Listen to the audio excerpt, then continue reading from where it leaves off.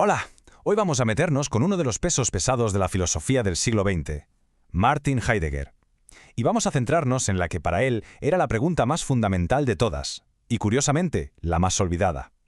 Una pregunta que parece súper compleja, pero que en realidad nace de algo que usamos todos los días. Venga, vamos a por ello.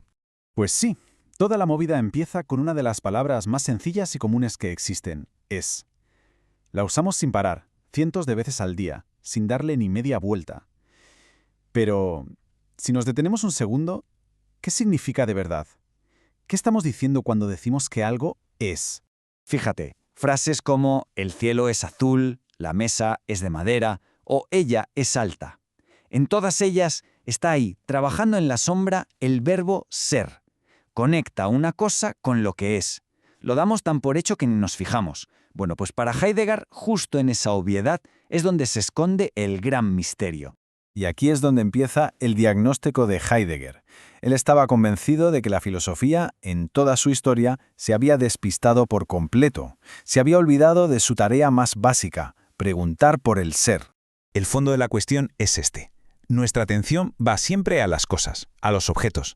Somos buenísimos identificando mesas, sillas, árboles, lo que sea. Pero casi nunca nos paramos a pensar en el simple hecho de que sean, de que existan. Ahí está el olvido. Vale. Para poder seguir, necesitamos entender una distinción que es la llave que abre toda la filosofía de Heidegger. Es la diferencia fundamental entre los entes y el ser. Pensemos que entramos en un aula como la de la imagen. Vemos los pupitres, las sillas, la pizarra, los estudiantes. Todo eso son entes. Son las cosas individuales que están ahí. Pero el hecho mismo de que existan, el ser que todas esas cosas comparten, no es una cosa más que podamos señalar con el dedo. Y sin embargo, es lo que permite que todo lo demás esté ahí. Aquí lo vemos más esquemático. Por un lado, los entes, todo aquello que nos encontramos en el mundo. Por otro, el ser, que, ojo, no es un ente más. Es, por así decirlo, la condición de fondo que hace posible que los entes existan y se nos aparezcan. Piénsalo como la diferencia entre los actores de una obra y el escenario mismo sobre el que actúan. Y esta distinción es crucial para entender la gran acusación de Heidegger a la historia. Él dice que todo el pensamiento occidental, ya desde los griegos, cometió un error garrafal. Se obsesionó tanto con estudiar los entes, las cosas, que se olvidó por completo de preguntar por el ser. Esta cita lo explica perfectamente. No es que los filósofos no usaran la palabra ser, claro que sí. El problema es que la usaban como si fuera algo obvio, como si todo el mundo supiera lo que significa, sin pararse nunca a cuestionarla de raíz. La daban por sentada. Para entender esto, la analogía de la herramienta es genial. Mientras un martillo funciona, no piensas en el martillo, simplemente clavas cosas con él. Pero en el momento en que se rompe, ¡zas!, de repente te lo quedas mirando como un objeto extraño y te preguntas qué es en realidad.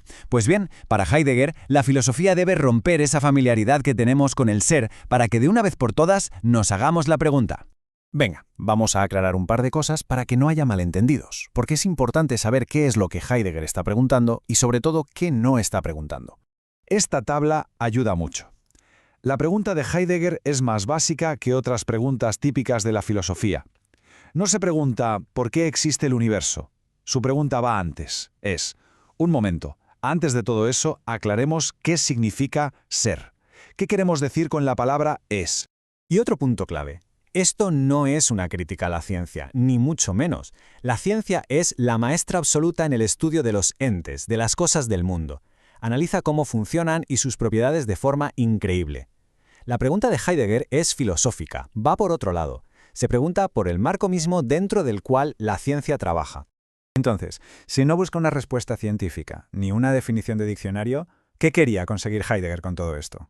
Aquí está el quid de la cuestión. El valor de todo esto no está en encontrar una respuesta final y cerrarlo todo, que va. El verdadero objetivo es el proceso, es despertar de ese piloto automático, dejar de usar la palabra ser sin pensar y empezar a preguntarnos por ella de forma consciente, volver a asombrarnos ante el hecho de que las cosas simplemente son. Y esta idea resume de maravilla todo su proyecto. No se trata de descubrir una cosa nueva, sino de cambiar nuestra actitud. Devolver la pregunta por el ser al centro de la mesa. Pasar de darlo por supuesto a interrogarlo de frente. Y con esto nos queda una última pregunta en el aire para reflexionar. Si a partir de ahora, al mirar el mundo, no solo vemos las cosas que hay, los entes, sino que también nos maravillamos y nos preguntamos por el hecho mismo de su ser, por el milagro de que existan, ¿de qué forma cambia eso nuestra manera de experimentar la realidad?